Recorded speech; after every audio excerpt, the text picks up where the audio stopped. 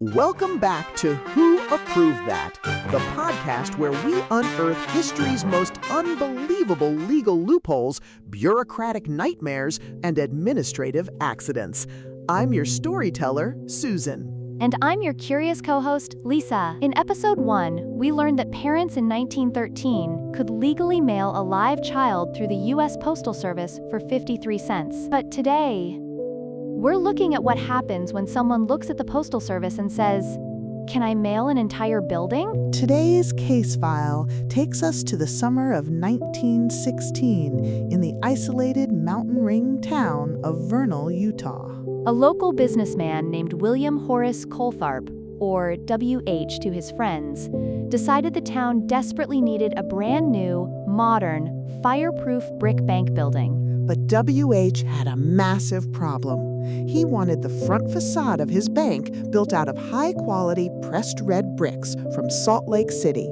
But Salt Lake City was over 120 miles away across treacherous mountain terrain. So he called up private freight companies and asked for a quote. And when the numbers came back, he nearly choked. The freighters wanted to charge him 4 times the actual cost of the bricks just to haul them to Vernal. Private freight would have completely bankrupted the bank before it even opened. So what does a desperate banker do? He pulls out the official United States Postal Service rulebook and starts hunting for loopholes. And oh boy, did he find one. At the time, USPS Parcel Post had a maximum weight limit of 50 pounds per package, but WH noticed that the rulebook placed 0 limits on how many 50-pound packages a single person could mail in a single day.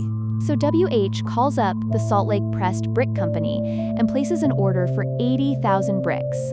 And then he asks them to do something that sounded completely insane. He asked them to wrap every single brick in protective paper, pack them into wooden crates, exactly 10 bricks per crate, so each box weighed precisely 49 pounds, just 1 pound shy of the federal limit. In total, he ordered 1,500 wooden crates, amounting to over 40 tons of masonry. And the journey these bricks took was absolute insanity. Because Vernal didn't have direct rail service, the bricks had to travel 300 miles by train to Colorado, transfer onto a narrow-gauge mountain railway, and then get loaded onto 17 6-horse freight wagons to be hauled across 60 miles of dirt roads through the desert. Imagine being a postal worker in 1916. You show up to work at a tiny rural post office expecting letters and local packages, and instead, 2 tons of clay bricks arrive at your door every single morning. The mountain freight wagons were breaking down, horse teams were collapsing, and mail carriers were working 15-hour shifts as crates of bricks literally piled up to the ceiling of the Vernal post office. Naturally, the local postmaster lost his mind. He pulled out a telegram pad and fired off an urgent message straight to officials in Washington, D.C. And thanks to primary source archives, we actually have the postmaster's exact words. He wired Washington saying, "Some SOB is trying to ship a whole building through the U.S. mail." Word reached Postmaster General Albert Burleson in Washington. Realizing that one man was single-handedly causing the regional mail system to collapse under 40 tons of construction debris, the government panicked. Postmaster General Burleson immediately issued a historic emergency decree, writing, "It is not the intent of the United States Postal Service that buildings be shipped through the mail." On November 7, 1916, federal authorities officially added a brand new rule to the Postmaster Bulletin. No single sender could ship more than 200 pounds of goods to a single receiver per day, permanently closing W.H. Coltharp's loophole. But here's the best part. By the time the government changed the law, all 40 tons of bricks had already been delivered.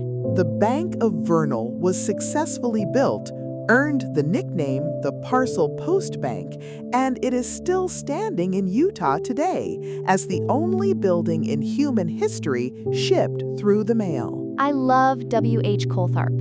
That man is an icon. All right, Lisa, you know what time it is. It's time for our mid-episode game, One Real and One Fake.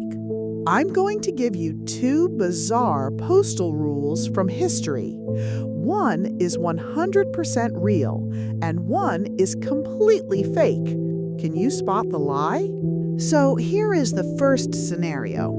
After the 200-pound daily limit was passed, bank officials bypassed it by convincing local farmers and townspeople to register as individual addresses so the bricks could keep coming under different names.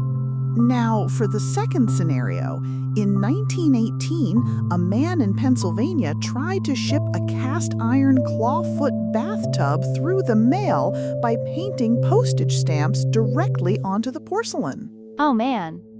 Scenario 2 sounds hilariously chaotic, but Scenario 1 sounds like classic small-town loophole energy. I'm going with Scenario 1 as real and Scenario 2 as fake. Spot on!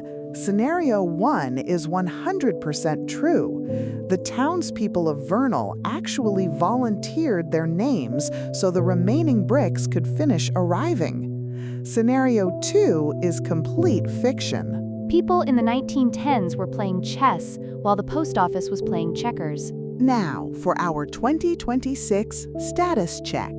Can you mail a house or a bank through the U.S. Postal Service today? Absolutely not.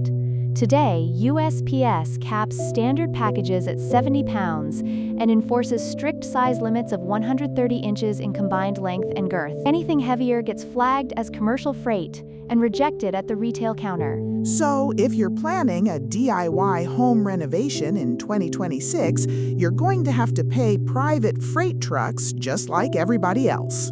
Hit that follow button on Spotify, Apple Podcasts, or wherever you listen so you never miss an episode of Who Approved That?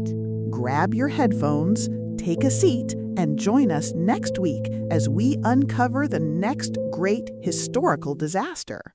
Until then, ask yourself, who approved that?